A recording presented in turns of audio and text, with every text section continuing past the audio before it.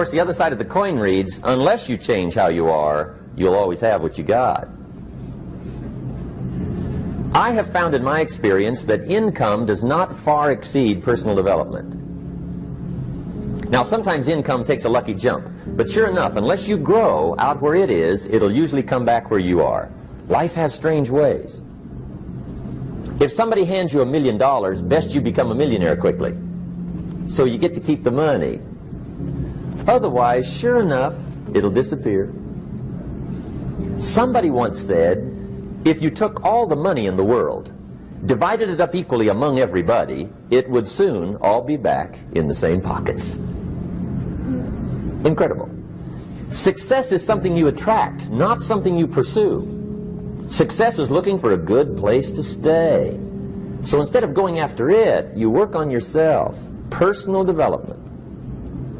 See, the major question to ask on the job is not what are you getting. The major question to ask on the job is what are you becoming? See, the big question is not what am I getting paid here. The big question is what am I becoming here? Because true happiness is not contained in what you get. Happiness is contained in what you become.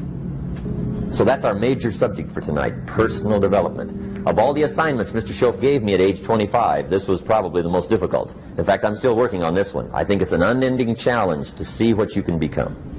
The next subject is called Basic Laws. And it's good to study the basics. And I call these basics primarily because they come from the Bible. Now, I'm not a theologian or a minister, and that'll be apparent. But Mr. Schoaf taught me that the Bible was a good textbook for ideas and stories and success equations, how to live the better life. I found out that was true. He also taught me that the Bible is as practical as it is spiritual, and I found out that's true. If you look at your bank account and your income and you're not happy, there are several places in the Bible to check to see what the heck's wrong so you can make the changes. And we're going to cover some of those tonight, called basics. Okay, the next subject is my favorite, setting goals. Mr. Schoaf taught me how to set goals. What a favor that was. One morning at breakfast, shortly after I met him, he said, Jim, let me see your current list of goals, and let's go over them and talk about them. He said, maybe that's the best way I can help you get a better direction started. And I said, I don't have a list. He said, well, is it out in the car or home somewhere? I said, no, sir. I don't have a list anywhere. He said, well, young man, that's where we got to start. He said, I can tell you right now, if you don't have a list of your goals with you, he said, I can guess your bank balance within a few $100s. Which he did. And that got my attention. I said, you mean my bank balance would change if I had a list of goals? He said, drastically. That day I became a willing student how to set goals. And sure enough, learning how to set goals changed my life. And I often wondered why no one had ever taught me how to set goals up until age 25. I went to high school, but if they offered it, I missed it. I went to college for a year, never heard it. I worked for Sears. Really. And to my knowledge, Sears never taught it. Right? How to set goals. So here I am, age 25, married, my family's starting, I've been to college, I'm working, and I still don't know how to set goals. But fortunately, when I was 25, I met the man who taught me how, and it revolutionized my whole life. Economically, socially, personally, it's incredible. So I want to share with you tonight what Mr. Schoaf shared with me, how to set goals. It can be a life changer. Okay, the next subject is the negative part of the seminar. Life is part negative, so we got to talk about the negative. And this subject is called diseases of attitude. Diseases of attitude. There's a lot of things that can wreck your chances to do well. We live in a rather dangerous world, so you got to be not only wise, you got to be careful. Now, attitude diseases are just as bad as physical diseases, right? High blood pressure, heart trouble. I mean, a lot of things will ace your chances to do well. So you've got to be careful. And attitude diseases are deadly. I mean, they'll destroy all the good things you start. Okay?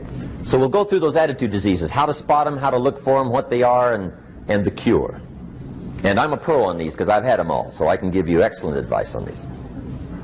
Now, the last subject we're going to consider tonight is called the day that turns your life around. The day that turns your life around. And under this subject, we're going to talk about the emotions that can change your life. Human beings are emotional creatures, and emotions are powerful for life change. Now, of course, emotions are so powerful they can go either way on you. Emotions can either build or destroy. So you really have to employ emotions properly. We call civilization the intelligent management of human emotions. If you can intelligently apply your emotions in the right direction, no telling what can happen. Could turn your life around one day would be sufficient. So we'll talk about those. Okay.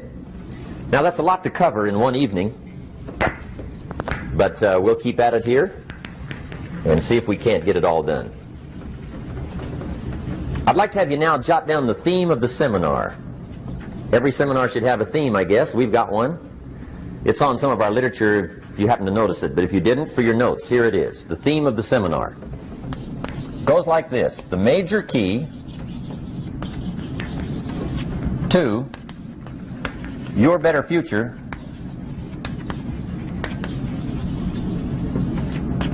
is you. That's the theme of our seminar tonight. The major key to your better future is you. And I'd like to have you underline two words just to give it some added punch. Underline the word major and the word you, so that it reads, the major key to your better future is you. Now, my first suggestion is transfer this to a card or something where you can put it up, where you can see it every day. Preferably put it up where you can see it at the beginning of the day, before you go off to put the day together. This is a good phrase just to glance at, to keep in mind as you're putting the day together. It's called the silent seminar. If you'll just let this talk to you during the day, I found it to be tremendously helpful. The major key to your better future is you. For a big share of my life now, I didn't have this one quite figured out. Among a lot of things I didn't have quite figured out. Many things used to puzzle me back in those early days. I used to wonder why two people could work for the same company, one make twice as much money. Now, see, that used to puzzle me. And maybe they were the same age, graduated from the same school, live in the same community, work for the same company, with the same products and the same services. They've got the same traffic, the same problems, and one makes $1,000 a month, the other one makes $2,000 a month. Now, that was my puzzling question. Why would this long list be the same and the money twice as much? I asked, what's the difference between $1,000 a month and $2,000 a month? And I don't mean $1,000 a month, right? I could figure that out. But what makes the difference? Why would one person do twice as well, 3 times as well? Speaking economically. Now, I know there's more than one way to do well. I understand that. But in this little narrow area called compensation, what's the difference? Well, back then, with my faulty thinking, I'm trying to reason it out. I thought, well, maybe time makes some of the difference, right? Some people do better because they have more time. I used to say, Harold ought to be able to do well. He's got a lot of time. If I had all of Harold's time, I could do well. Now, that's got to be dumb, right? Number one, you can't get somebody else's time. A guy says to me one time, he says, you know, if I had some extra time, I could make some extra money. I said, then forget it. There isn't any extra time. Hey, when the clock strikes 12 midnight, that about wraps it up, right? I mean, you can look around the gongs there for a little more, but it's over. You say to the guy, what are you doing? He says, I'm looking for extra time. See, they'll come and take you away, right? There isn't any more time. Now, if you can't get more time, which you can't, what could you get more of that would make a difference in economic results? And here's the key word. Make it a part of your notes. We're going to consider it tonight. The word is value. And I have a little phrase for your notes. Value makes the difference in results. Value makes the difference. You can't get more time, but you can create more value. Now here's the first lesson of economics. Everybody should learn it from the time they're old enough to understand what a dollar means, how to earn one, how to get one, how to keep one, what to do with it. First lesson of economics. We primarily get paid for value. That's lesson one. Bringing value to the marketplace, that's how you get paid. You don't get paid for the time.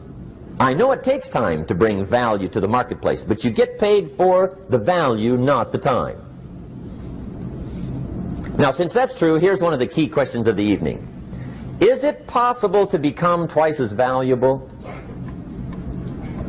at the marketplace and make twice as much money in the same time?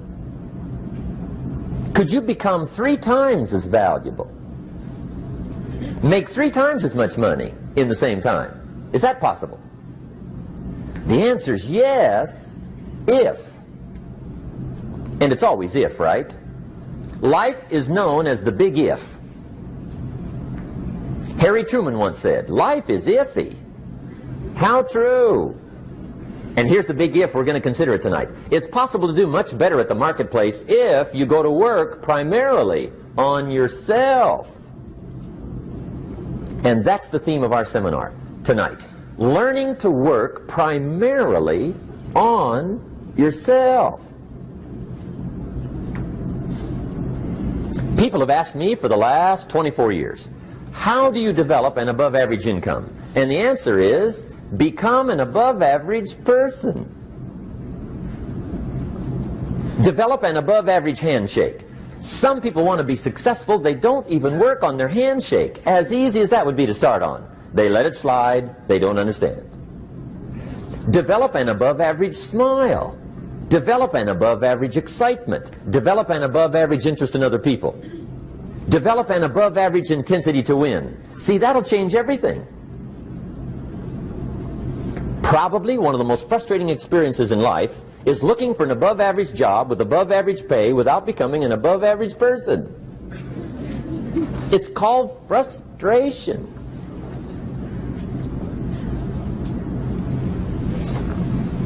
And Mr. Schoaf gave me probably the greatest clue he gave me when I first met him.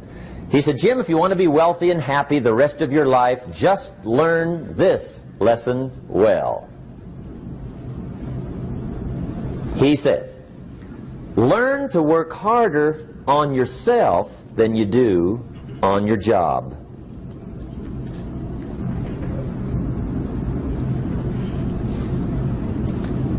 Then Mr. Schoaf gave me probably one of the most important clues among so many things he taught me, but this was in those early days.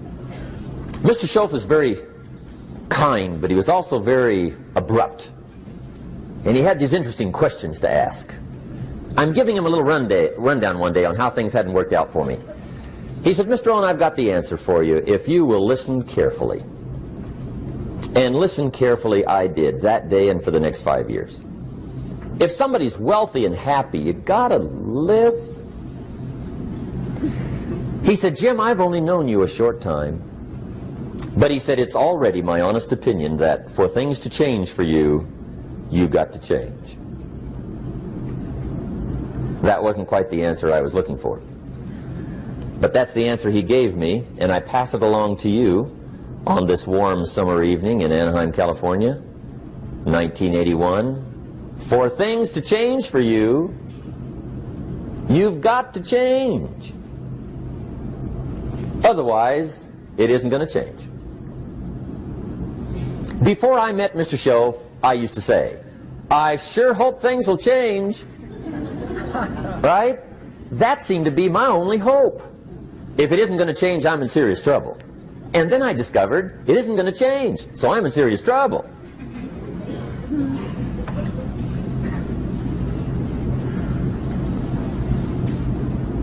See, I can tell you what the 80s are going to be like. You have dropped into the right place. I did a seminar one time for Standard Oil executives and management in Honolulu. And we're having a conference one day on this big conference table. And one of them said to me, Mr. Rohn, you know some fairly important people halfway around the world. What do you think the 80s are going to be like? I said, gentlemen, I do know the right people. I can tell you. So they all listened very carefully. And I said, gentlemen, based on my wide experience, I can really honestly say to you, in my opinion, in the 80s, it's going to be about like it's always been. Aren't you glad you came? That's inside. I don't pass that around just everywhere.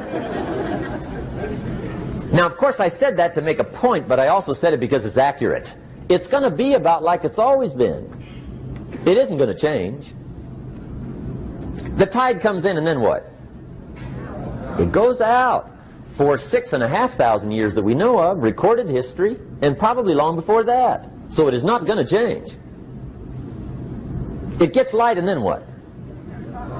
It turns dark. 6,500 years. See, it's not likely to change. And we're not to be startled by that. If the sun goes down, the guy says, what's happened, what's happened? It means he hasn't been here long, I guess, right? It always goes down about this time. The guy says, well, I don't like that arrangement. Well, you got to talk to somebody besides me, right? It gets light, then it turns dark. In rotation, the next season after fall is what? Winter. Pray tell, how often does winter follow fall? Every year regularly for the last 6,500 that we know of. See, it is not going to change. Now, some winters are long, and some are short, and some are hard, and some are easy, but they always come right after falls. It isn't going to change. Sometimes you can figure it out, sometimes there's no way to figure it out. Sometimes it goes well, sometimes it gets in a knot. Sometimes it sails along, sometimes it gets in reverse. See, that's not going to change. The last 6,000 years reads like this: opportunity mixed with difficulty. That's how it reads. It isn't going to change. The man says, well, if it isn't going to change, how will my life ever change? Answer, when you change. And whether I'm talking to high school kids or business executives, my message is always the same. And it goes like this: the only way it gets better for you is when you get better.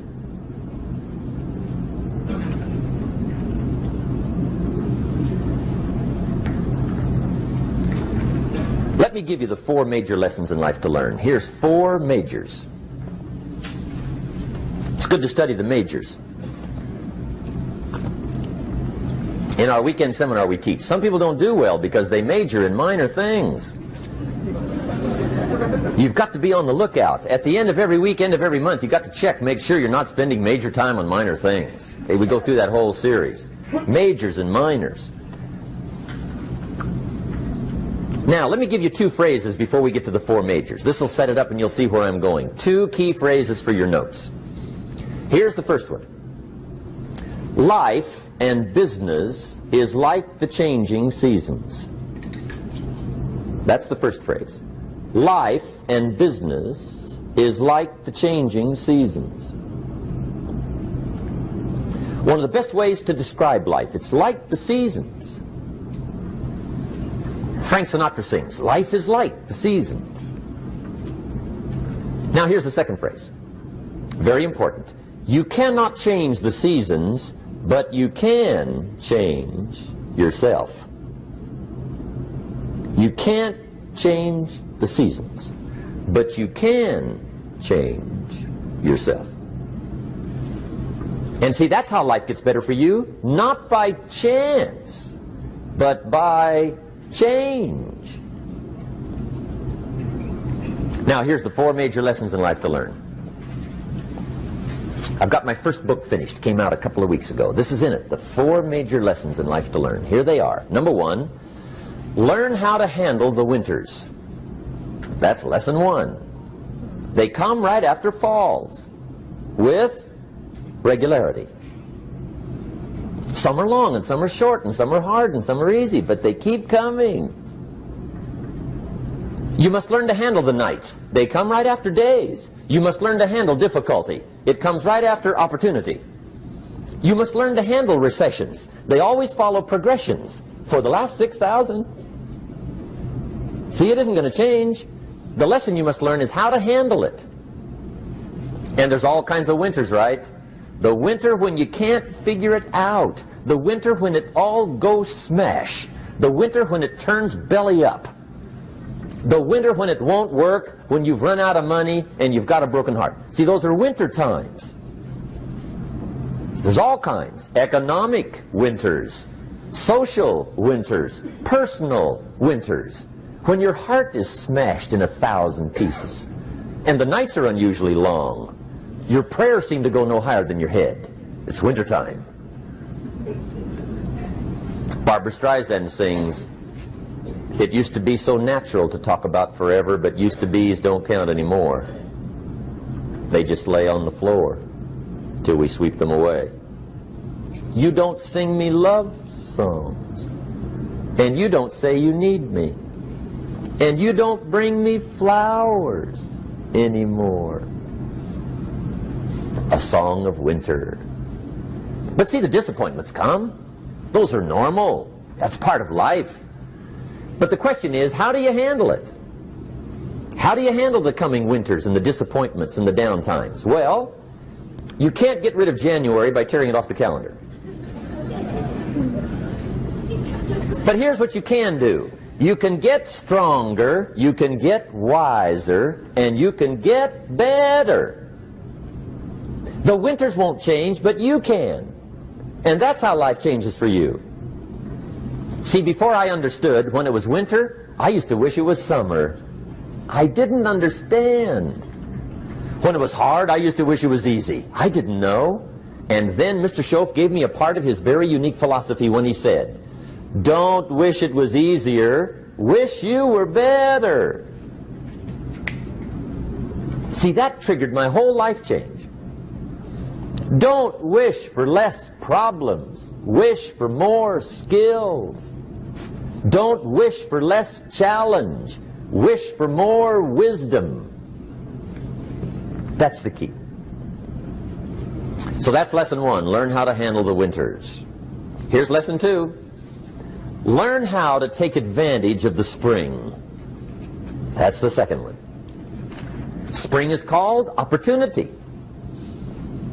And spring follows winter. What a great place for it. If you were going to put it somewhere, that'd be the place to put it, right after winter.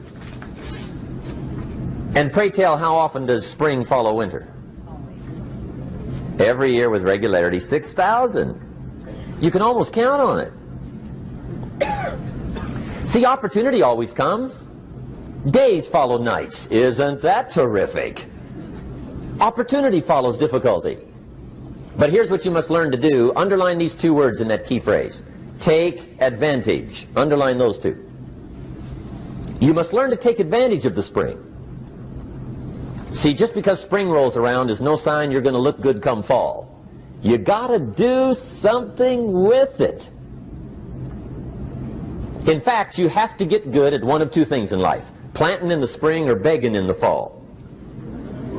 Or get somebody to do it for you. See, those are about the only alternatives.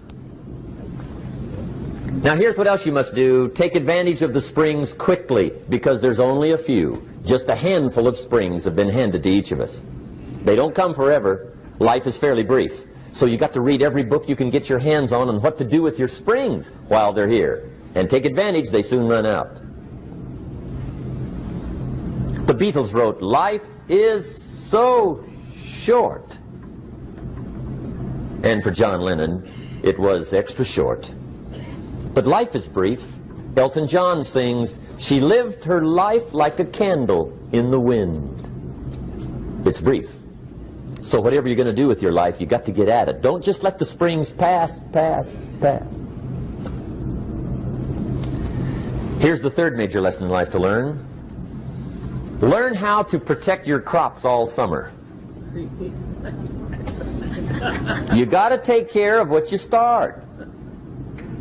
Sure enough, as soon as you've planted your garden in the spring, the busy bugs and the noxious weeds are out to take it. And here's the next bit of truth. They will take it unless you prevent it. And that's the third major skill to learn. You've got to learn to prevent the intruder from taking all the good you start. It's one of the challenges. Here's 2 key phrases under number 3. First one, all good will be attacked.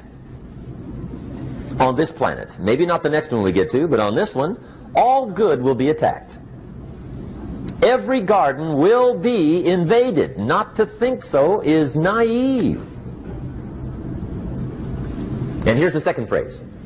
All values must be defended. Political values, social values, community values, family values, marriage values, friendship values, business values. Every garden must be tended all summer. Third major lesson. Now here's number 4. Fourth major lesson in life to learn. Learn how to reap in the fall without complaint.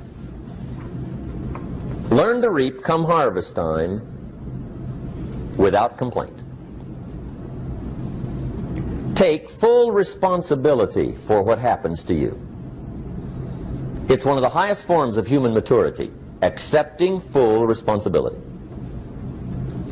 It's the day you know you've passed from childhood to adulthood, the day you accept full responsibility. And another note, learn to reap in the fall without apology. Without apology if you do well, and without complaint if you don't. That's maturity. I used to have that long list of reasons why I wasn't doing well. To explain. You got to explain, right? Otherwise you're going to look bad. I used to have this funny list called Reasons for Not Looking Good.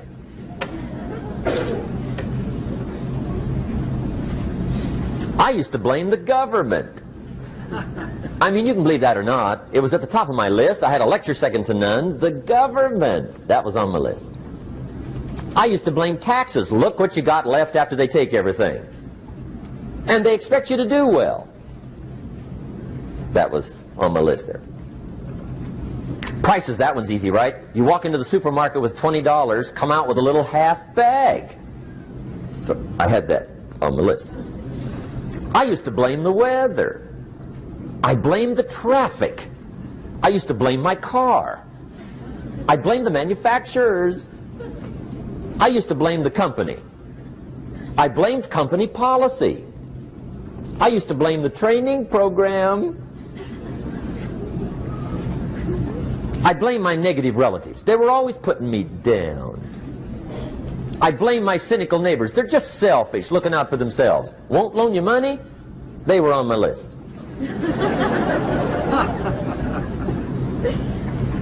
I used to blame the economy. I blamed the community. That's a pretty good list for not doing well, isn't it? I thought it was good.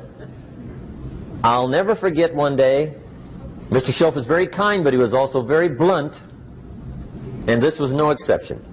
And I'm glad he was blunt. There's a lot of things I'd have missed if he hadn't have been blunt. One day, with sort of a curious look on his face, he said, "Jim, just out of curiosity, tell me, how come you haven't done well up until now?" Excellent question.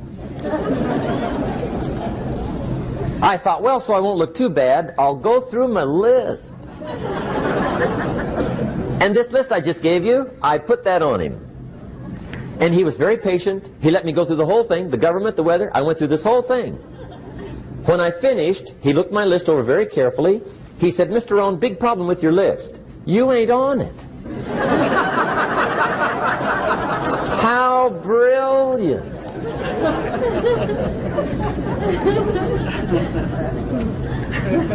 When I went to work for him a few months later, I learned very quickly to tear up my list, reasons for not doing well, and I threw it away.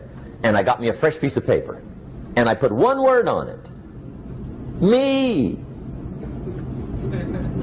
There's a black heritage spiritual that says, "It's not my mother nor my father, nor my brother nor my sister, but it's me, oh Lord, standing in the need of prayer."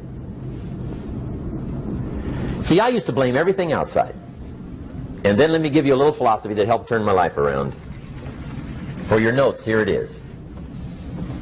It's not what happens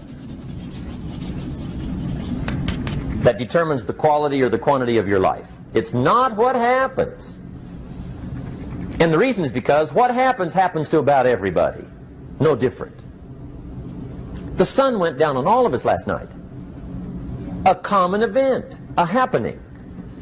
And I found out that the same things can happen to two different people. One gets rich and one stays poor. Why is that?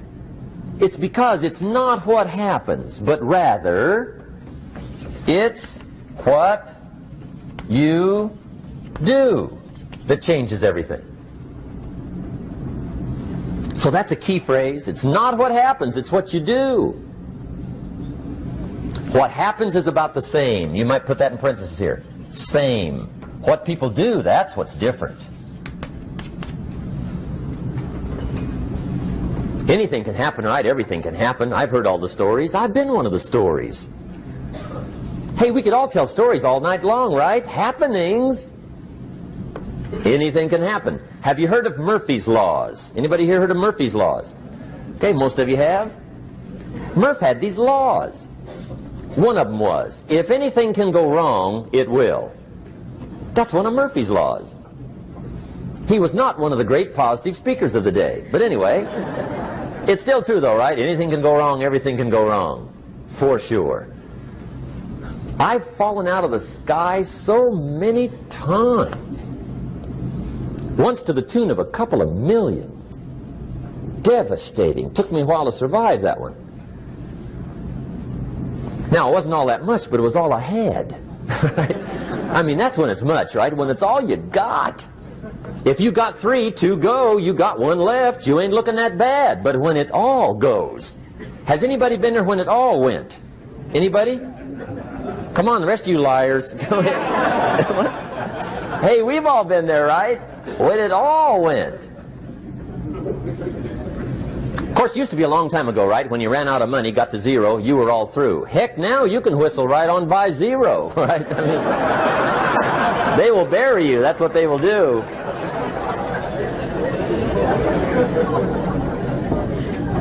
But see, those are the happenings, right? Everything can happen. Anything can happen. But it's not the happenings. It's what you do about it. Somebody says, yeah, but you don't understand the disappointments I've had. Come on. Everybody's had their share. Disappointments are not special gifts reserved for the poor. Everybody has them. The difference is what you do about them. It's not the weather. I used to blame the weather, and I discovered it rains on the rich. So see, that won't help. 2 men wake up one morning, there's a rainstorm on. One of them looks out his window, sees the rainstorm, and he says, wow, what a storm. With weather like this, they can't expect you to go out and make sales. He stays home. Same morning, the other guy looks out his window, sees the same storm, says, wow, what a storm. But he says, you know what, with weather like this, what a great day to go out and make sales. Most everybody will probably be home, especially the salesman.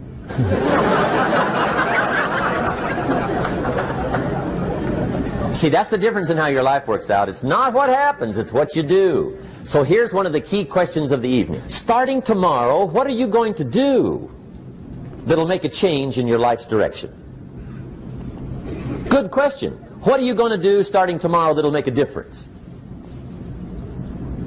Now see, if you don't do something starting tomorrow that'll make a difference, guess what? It's gonna be the same. And see, that way you can guess what the next 5 years are going to be like. Look at the last 5. Because the next 5 are going to be like the last 5 unless you, major key, tomorrow, change it all. Or change a little, or change something, or don't change. It's choice time. You can do whatever you want. But it's nice to know any day you wish you can change your whole life.